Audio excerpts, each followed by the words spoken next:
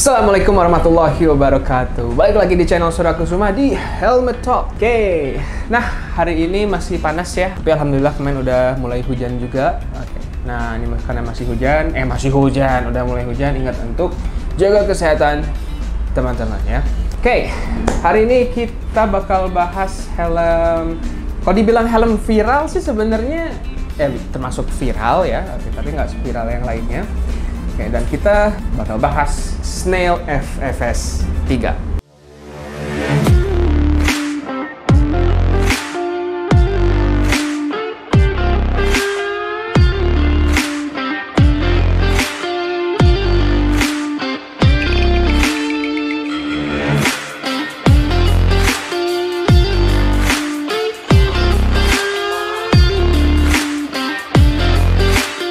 Oke. Hal pertama, mungkin gue mau bahas sedikit tentang respon ini deh, Snail Helmet Lovers ya. Gue dari kemarin merhatiin ya respon dari teman-teman yang udah pakai Snail FFS 1, FFS 2. Oke, responnya bisa dibilang mayoritas negatif sih gitu ya, terutama ngelihat desainnya. Oke, jadi yang pertama pengen gue bahas di sini itu desainnya dulu. Oke, nah untuk desainnya emang ya si helm ini tuh panjang banget gitu. Apalagi ditambah spoiler extensionnya ini. Yang modelannya itu kayak shark ya, lebih ke kayak shark. Oke, panjang terus sebenarnya kalau misalkan dilihat gini ya, soalnya kalau misalkan dilihat gini emang panjang banget nih. Tapi kalau dipakai pasti kita pakainya posisinya kayak gini, sebenarnya cakep-cakep aja sih menurut gua ya. Tapi ya balik lagi gitu ya. Kalau misalkan kurang proporsional sama badan, emang kelihatan kayak apa sih bahasanya itu toge gitu. Ya, ada banyak komenan juga yang nyebut ini kayak helm alien ya, dari Alien versus Predator. Tapi sebenarnya kalau bisa dibilang ini helm memang panjang ya. Dan salah satu hal yang bikin gue kaget sebenarnya dengan panjangnya helm ini, ternyata fittingnya itu nggak begitu oval. Ya nanti kita bakal bahas lebih lanjut. Nah, jadi sebenarnya untuk first impression menurut gue sih helm ini ya mengabaikan desainnya yang lonjong gitu ya. Dan kalau gue sendiri jujur gue nggak begitu masalah gitu ya. Helm ini sebenarnya bisa dibilang cukup menarik ya gitu. Nah, karena untuk urusan desain itu balik lagi ke selera teman-teman. Walaupun mayoritas itu pada nggak suka. Oke, gue juga ini jujur helm Snail kedua ya. Dulu pernah punya FFS 1, tapi itu juga nggak lama. Dan FFS 2 gue belum pernah. Nah, sekarang ini gue langsung ke FFS 3. Oke, untuk yang pertama kita bakal bahas si batoknya sendiri. Nah, tadi desain yang lonjong ini, kayak untuk bahan si batoknya itu ABS ya. Jadi, ya baterinya ABS plastik biasa. Oke, tapi secara build quality ya, jujur gua salut ya. Oke, ini solid banget ya. Dari bunyi ininya juga tebal.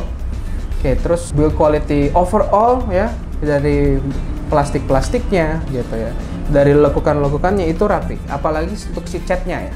Ya mungkin catnya nggak semulus helm-helm premium, tapi si warna putih lembayungnya ini gue suka ya gitu, bersih, nggak ada cacat-cacat yang nggak rata gitu si catnya. Jadi ini menurut gue untuk quality catnya sip banget sih gitu ya. Nah, mungkin buat teman-teman yang penasaran ya, ini sebenarnya untuk si kan udah dijelasin juga ya bahwa si extensionnya ini bisa dicopot gitu ya. Nah, nanti kita bakal lihat untuk visor dicopotnya. Nah, dan sebenarnya kalau visornya spoiler. Kalau spoilernya dicopot, itu ya dia nggak akan sepanjang ini ya. Jadi sebenarnya cukup oke. Tapi emang tetap kelihatan jauh lebih panjang. Nah, jadi ketika kalian beli helm ini, kalian udah dapet si kunci L sama bautnya. Total baut itu ada 3. Tapi di sini untuk kunci itu cuma ada 2 sebenarnya. Nah, kayak gimana looknya kalau nggak ada spoilernya? Jadi kita langsung buka aja. Ini ada satu hal yang pengen gue bahas soalnya terutama pas bagian exhaustnya. Kita buka dulu. Ini gampang sih, tinggal diginiin aja. A few moments later. Nah ini 2 bautnya udah gue copot dan kita coba cabut nih. Cabutnya gampang sebenarnya, tinggal dikatasin tak. itu langsung ya. Jadi nggak usah pakai 3M karena dia udah ada lubang baut yang sebenarnya jadi salah satu minus lah menurut gua ya. Kenapa? Karena kalau kita nggak pakai si spoilernya itu jadi ada kelihatan lubang bautnya. Misalkan mau ditutupin pun itu jadi aneh. Tahu-tahu ada hitam sendiri di sini. Gitu ya. Nah, terus yang gua sayangkan mungkin ya, karena mekanisme si masang si spoilernya ini, nah dia ada pengait di sini. Dia nyangkutin si spoilernya itu ke exhaust fan belakang. Ya. Exhaust pasti di belakang sih. Nah, karena dia nyangkutin ke sini, kalau misalkan pakai spoiler ini gue jadi bingung juga sebenarnya. Berarti dia kehalang sama si sangkutan si spoilernya ini. Sehingga pertanyaan gue, ini angin yang masuk dari atas itu keluarnya kemana? Soalnya kalau dilihat dari bawah, ini nggak ada exhaust lainnya. Nah, dari situ gue pun jadi paham, karena ketika gua tes ride si helm ini, itu asli panas banget ini helm. Ini panas banget karena kalau ketika pakai ini, pakai spoiler ini, itu si angin ketahan sama dudukan ini. Nah, jadi anginnya bingung aja mau keluarnya kemana gitu. Dan kalau misalkan dilepas, ini tuh dia polos aja gitu. Dan kelihatan di sini cutting si plastiknya itu nggak rapih ya. Oke, jadi kelihatan kayak bolong aja gitu. Nah, jadi solusinya ya, misalkan misalkan mau lebih adem, lebih kerasa airflow-nya, itu harus dilepas spoilernya. Dengan minusnya adalah ya kelihatan ada lubang baut ya. Mungkin ya biar lebih estetika dimasukin aja bautnya gitu ya. Oke, itu untuk spoiler belakang. Yang menurut gue sih untuk bahannya ini lumayan solid ya, lumayan rigid. Oke, nah dari situ kan kita udah ngebahas exhaust belakang, berarti kita bakal lanjut ke bukan spoiler, ke exhaust ya, ke ventilasi. Untuk ventilasi sendiri ini dikit ventilasinya ya. Oke, di sini di depan ada mouth fan di mana ada 2 lubang ventilasi di sini. Oke, buka tutupnya ya. Nah, ini yang gue suka sebenarnya dari mekanisme buka tutupnya, itu satisfying banget bunyinya dan kerasa proper gitu ya. Enak gitu si mekanisme buka tutupnya. Ya, yang atas juga sama, satisfying. Rigid ya, oke, dia nggak kayak si SMK. Nah, cuman yang disayangkan, baik lagi nyambung ke yang tadi. Kalau misalkan pakai spoiler, airflow yang dari sini nggak tahu keluarnya kemana, ya. Kalau muter-muter di dalam, itu bingung, mungkin keluar dari bawah gitu ya. Yang dari mouth fan, yang disayangkan juga, itu dia nggak begitu kerasa ke dalam, karena di dalamnya oke, itu dia nggak ada lubang ya. Nah, di sini nggak ada lubang, jadi full harusnya dia keluar ke sini. Tapi dia nggak begitu kerasa ya. Nah, ini ada lubang sih di sini ya. Jadi sebenarnya ini fungsional gitu. Cuman mungkin karena lubang si ventilasi mouth-nya ini dia kecil, jadi nggak begitu signifikan efeknya. Mungkin karena 2 hal ini, bisa dibilang helm ini tuh kedap ya. Jadi suara angin nggak begitu banyak. Oke, cuman ya efek sampingnya ya jadi panas gitu ya. Jadi mungkin kalau misalkan mau lebih adem ya dibuka sedikit gini biar ada, ini nggak micro opening juga sih, biar ada udara masuk. Nah, mungkin harusnya untuk kedepannya bisa at least ada micro opening lah, yang bukanya cuma segini misalkan ya.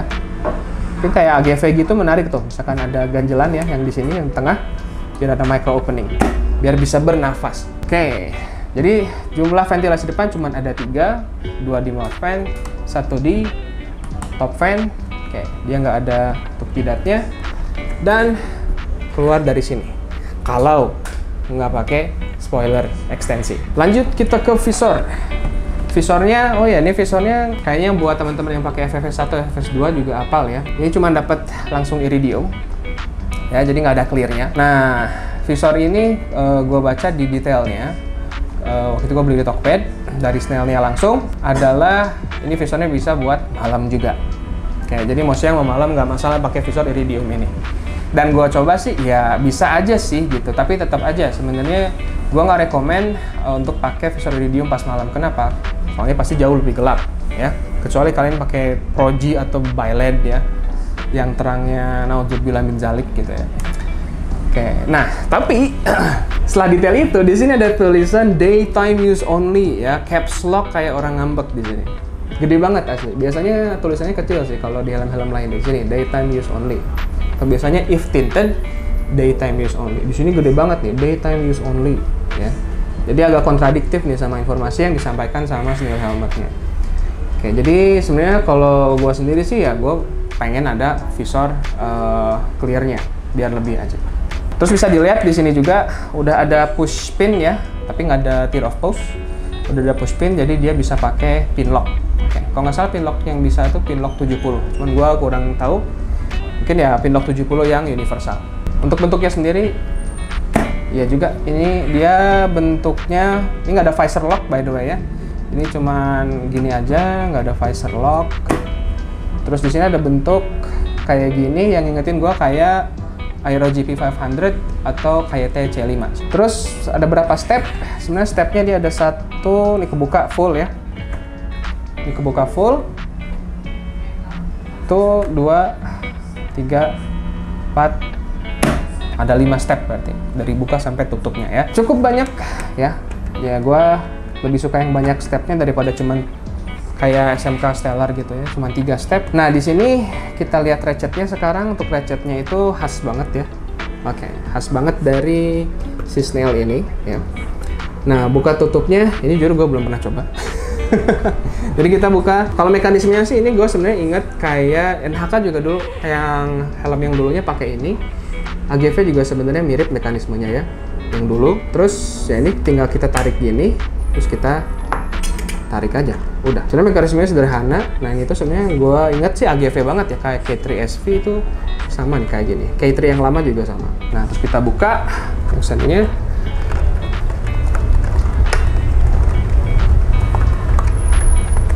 1 hour later. Oh, susah. Oke, ini visornya dan kelihatan di sini nggak ada emblem homologasi ya. Jadi, oh ya ngomongin homologasi, gue juga baru inget lagi. Ini helm udah ECE 2206 ya. Ini yang ketinggalan tadi. Udah ECE 2206, bobotnya by the way ini 1400 plus minus 50 gram. Oke, berarti ya bobotnya kurang lebih 1500 gram. Oke, ya standar ya. Oke, tapi nggak 1600 gram banget. Dan sebenarnya bobotnya juga ya cukup ringan sih. Standar lah. Nggak ringan-ringan banget, nggak terlalu berat. Lanjut kita bakal ke bagian dalamnya. Bagian dalamnya yang boleh gua jujur ya, kita bahas ke sini dulu. Untuk karet-karetnya ini jujur sip ya, rapi, nggak ada potongan-potongan yang kasar. Tapi ini kok fleksibel banget ya, agak lucu, biasanya agak keras biasanya. Nah, untuk helm ini kita masuk ke dalam. Ini sebenarnya udah glasses fit dan ini sebenarnya ada label glasses fitnya, tapi kemarin copot karena dia nggak dijahit atau apa, cuman kayak plastik gitu ya. Ini udah glasses fit dan gue juga pakai ini, itu udah pakai kacamata, cukup enak ya, karena di sini udah ada kikisan pas, oke, untuk gagang si kacamata. Nah, sekarang kita bakal lihat bagian dalamnya. Oke, di sini nggak ada donut helm. Oke, jadi kita pakai si balaclava aja. Oke, nah ini untuk si bagian busa pipinya ya, atau cheek padnya. Ini jujur materinya agak lucu ya. Ini ada kayak bahan karet gitu. Ya, terus di sini ada bahan fabriknya dan ada jahitan merah. Bisa dibilang ini sebenarnya cukup, dari fabriknya itu cukup kasar ya. Oke, kalau sekilas sih agak empuk gitu ya. Cuman kayaknya kalau nggak pakai balaclava itu kasar banget. Kalau nggak banget sih, ya cukup kasar lah ya dibanding helm-helm yang kalau sebelumnya gue kurang tahu. Oke, nanti boleh coba teman-teman yang udah pakai FFS 1, FFS 2 boleh share di komen ya. Nah, ini udah ada chin curtain ya, dan bisa dilihat di sini walaupun dia udah double D-ring, kita di sini FFS 3 belum ada emergency quick release atau EQRS. Jadi kita boleh buka. Nah, ini bukanya apakah susah? Oh, enggak, ternyata gampang. Karena dulu yang NFR sobek. Oke, yang kirinya, nah, ya ini ada chin curtain-nya. Oke, ini gue udah pasang intercom by the way, karena gue ngetes intercom dan sebenarnya ini untuk intercom enak ya, gitu. Jadi nggak terlalu jauh, nggak terlalu ini. Kita lihat seperti apa dalamnya. Nah, padnya sederhana, nggak bisa custom busa ya. Kayak gini harus dibongkar kalau emang mau custom busa. Nah ini kemarin ada hal menarik karena si ininya ke bawah si bagian plastiknya tang. Nah busa yang kiri udah tulisan left dan bisa kelihatan di sini ada di strapnya ada SNI 1811 2007, kalau ini 2010 ya. NPB ini gue kurang tahu apa, mungkin untuk si ICI-nya ya. Oke, bisa kelihatan di sini udah ada slot intercom dan intercom terpasang. Buat yang kepo, ini Freedcon L1M, boleh coba dicari ya. Dan sekarang kita buka si crown pad-nya. Oke, ini sekalian gue cobot. Nah, gitu dong, gampang. Cukup gampang buat buka crown pad-nya. Nah, ini untuk crown pad-nya, aduh kamu nyangkut sebentar. Oke, untuk crown pad-nya, nah ini cukup berisi nih. Oke, karena untuk fittingnya juga sebenarnya ini enak ya buat orang Indonesia. Nah, bisa kelihatan di sini ya, size L. Ini IPS-nya, bukan busanya aja sih. IPS-nya bisa kita lihat warna putih. Ini ada kode originalnya ya, karena ini sebenarnya kan helm dari Tiongkok ya. Mereknya Nenki. Ada tulisan JFF 868L. Dan di sini ada tanggalnya produksi 2023/7/10. Berarti Juli ya. Oke, di sini ada satu kayak yang dari atas. Nah, ini yang ke belakang nih, ke exhaust fan. Yang dimana kalau pakai spoiler itu bakal ketahan. Berarti ini nggak ada jalur lagi. Berarti yang itu kalau misalkan kita pakai spoiler itu muter-muter aja di dalam gitu. At least ya ke belakang berarti.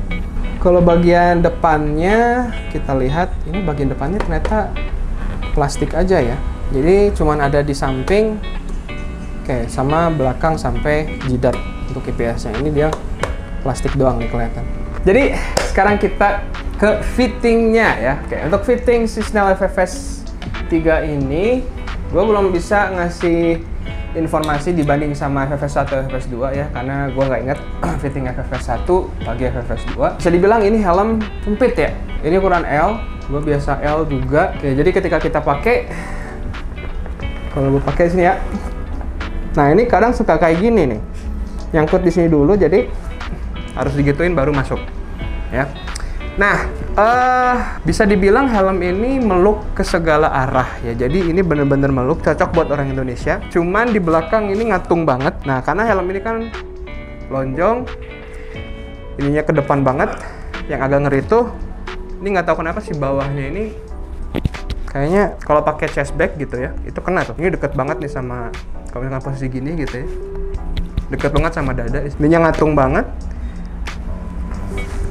Nah, jadi sebenarnya sih cocok buat kepala orang Indonesia. Tapi kemarin ketika hari kedua gua pakai, itu pakai sekitar 1 jam lah. Itu mulai ada sakit di 2 titik sini. Nah, pas gua lihat, oke, itu sebenarnya sakitnya itu dari si IPS. Nah, jadi IPS-nya tuh nyentuh ke 2 titik ini, neken, dan akhirnya agak pusing di 2 titik ini. Tapi tadi pagi gua pakai gitu ya, pas gue OTW ke sini itu nggak ada tuh, tapi emang pemakaian cuma setengah jam. Nah, tapi ada kemungkinan untuk jalan jauh, kayak misalkan kurang cocok gitu ya sama fittingnya, ya mau nggak mau mungkin harus di custom gitu ya si IPS-nya atau gimana. Tapi ada rasa sakit di sini. Oke, itu untuk fittingnya. Oke, jadi itu Snell FFS 3 ya. Oke, mungkin terakhir, oke, untuk penutupan video review si Snell ini, mungkin gue mau ngebahas sedikit asal muasal dari si helm ini ya. Jadi Snell helmet itu sebenarnya ngambil helm dari mereknya Nenki ya. Dan sebenarnya kalau teman-teman lihat, mungkin dari FFS 1, FFS 2 juga ada ya. Di dalam busa itu ada tulisan perusahaannya. Oke, yang namanya adalah Foshan Nanhai Jijiang. Ya itulah. Gua nggak jago bahasa Mandarinnya, nggak tahu tuh ya. Jadi emang ini helm ini aslinya dari Tiongkok. Oke. Tapi gue boleh jujur ya, untuk build quality sih, sip, IPS biasa aja. Oke. Buat busa dalamnya itu sip menurut gue ya. Cuman ya itu agak kasar, dan ventilasinya ya sayangnya nggak optimal. Bekerja sih tapi nggak optimal, jadi ini helm gerah banget. Oke. Mungkin hal yang gue suka, terakhirnya yang gue suka dari helm ini tuh sebenarnya helm ini tuh kedap. Kayak jadi pas pakai intercom pun itu sip. Jadi posisi intercom tuh nggak terlalu deket, nggak terlalu jauh juga. Jadi bisa enjoy ya. Dan itu sih, surprisingly ini helm kedap. Nah, nggak tahu nih, untuk FFS1, FFS2 apakah kedap? Nah, boleh komen di bawah ya. Gue juga penasaran buat teman-teman apalagi snail helmet lovers kayak yang udah punya pengalaman panjang sama helm snail. Oke, sekian untuk episode kali ini. Oke, jadi gimana menurut teman-teman si FFS3 ini? Oke, langsung aja banjiri kolom komentar. Oke, misalkan ada keluh kesah juga boleh di-share ya. Nanti insya Allah gue bakal balas secepatnya. Dan sekian. Terima kasih buat nonton video ini sampai akhir. Dan remember to stay healthy, happy, and safe. Oke, ciao.